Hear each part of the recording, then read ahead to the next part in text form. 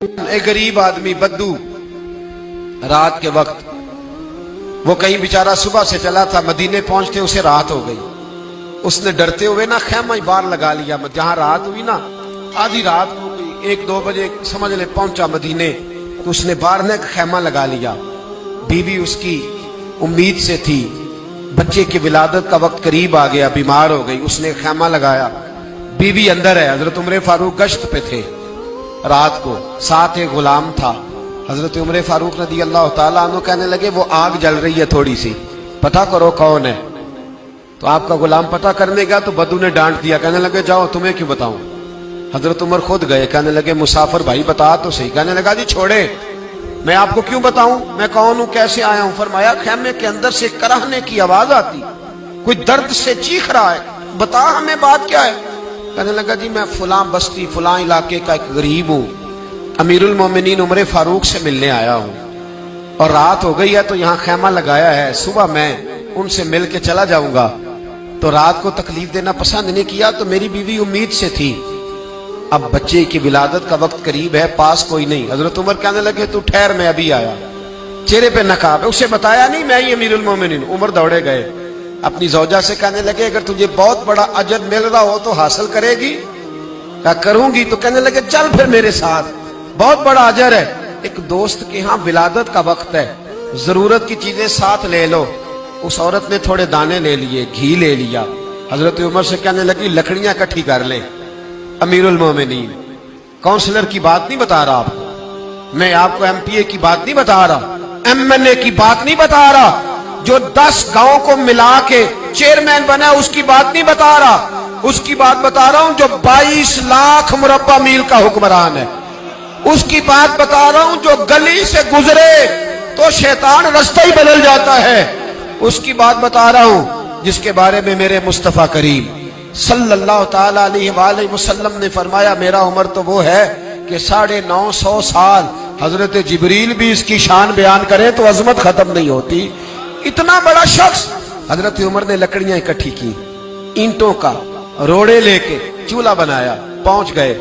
आपकी जौजा कहने लगी ये थोड़े दाने डालने, घी डालने और एक लकड़ी लेके इसको हिलाएं, तैयार करें। खुद जौजा अंदर चली गई, हजरत उमर बाहर पकाने लगे। वो बद्दू कहता है मैं इस तरह का उनके साथ बिहेव करने लगा जैसे वो किसी चौकीदार के साथ नहीं करता। मैंने समझा ये उमर ने चौकीदार रखे आने जाने वाले मेहमानों का। मैं कभी पानी का प्याला मांगता, कभी कोई बात, उमर दौड़े जाते, कभी पानी लाते। ओ मुसलमानों, ओ मेरे रसूल के गुलाम अजीजो, हजरत उमर फारूक। वो गुलाम कहता है मैं उमर से कहता, मैं कहता गुलाम पानी ला, तो उमर दौड़ के पानी लाते।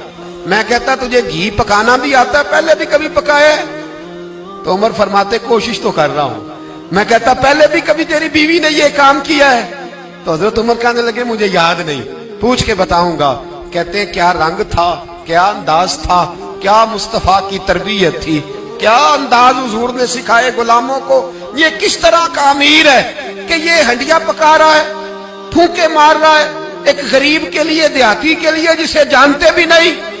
अंदर उस शख्स की बीवी के यहाँ बेटा पैदा हुआ तो हजरत उमर की बीवी अंदर से बोल के कहने लगी अमीरुल मोमिनीन मुबारक हो, आपके दोस्त के यहाँ बेटा पैदा हुआ है। जब कहा ना अमीरुल मोमिनीन मुबारक हो, तो वो शख्स कहता है मेरे हाथ कांपने लगे और मैं इस तरह दौड़ा कि मेरी पगड़ी गिर गई।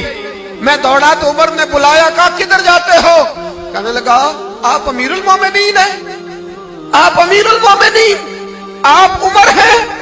कैसर और किसरा जिसके नाम से कांपे आप वो हैं, जिसे मुस्तफा ने दुआ मांग के अल्लाह से मांगा वो वाले उमर है आप, जिसके लिए अलीउल मुर्तजा फरमाते मैं रोज दुआ करता हूं वो वाले उमर है, जिसके बारे में अबू बकर सिद्दीक ने फरमाया था कि मैं अल्लाह से कहूंगा मौला जो तेरे महबूब की उम्मत के हक में सबसे बेहतर था मैं उसे खलीफा बना के, वो वाले उमर है। उमर अमीरुल मोमिनीन की बीवी वो तो खातून अव्वल होती है, वो तो मलका होती है, और तेरी बीवी दाई बनकर एक गरीब के बच्चे के पास बैठी रही है विलादत के वक्त। उमर अमीरुल मोमिनीन होके तेरी दाढ़ी सारी धुएं से भर गई, तो ड्यूटी करता रहा। तो सैयदना उमर रो पड़े और उस बद्दू को सीने से लगा के कहने लगे तुझे पता नहीं तू कहां आया है, اس شہر کا پتہ ہے؟ اس نے کہا حضور کہاں ہے؟ فرمایا یہ میرے نبی کا مدینہ ہے، یہ مصطفیٰ کا مدینہ ہے، یہاں امیروں کا استقبال نہیں ہوتا، یہاں غریبوں کے استقبال ہوتے۔ یہاں حضور نے اس اسٹیٹ پہ میرے رسول پاک نے وہ والا رنگ دیا ہے کہ اب غریب سر اٹھا کے جینے لگے ہیں، اب مزدوروں کو عزتیں ملنے لگی ہیں، اب یتیموں نے سر اٹھا لیا ہے،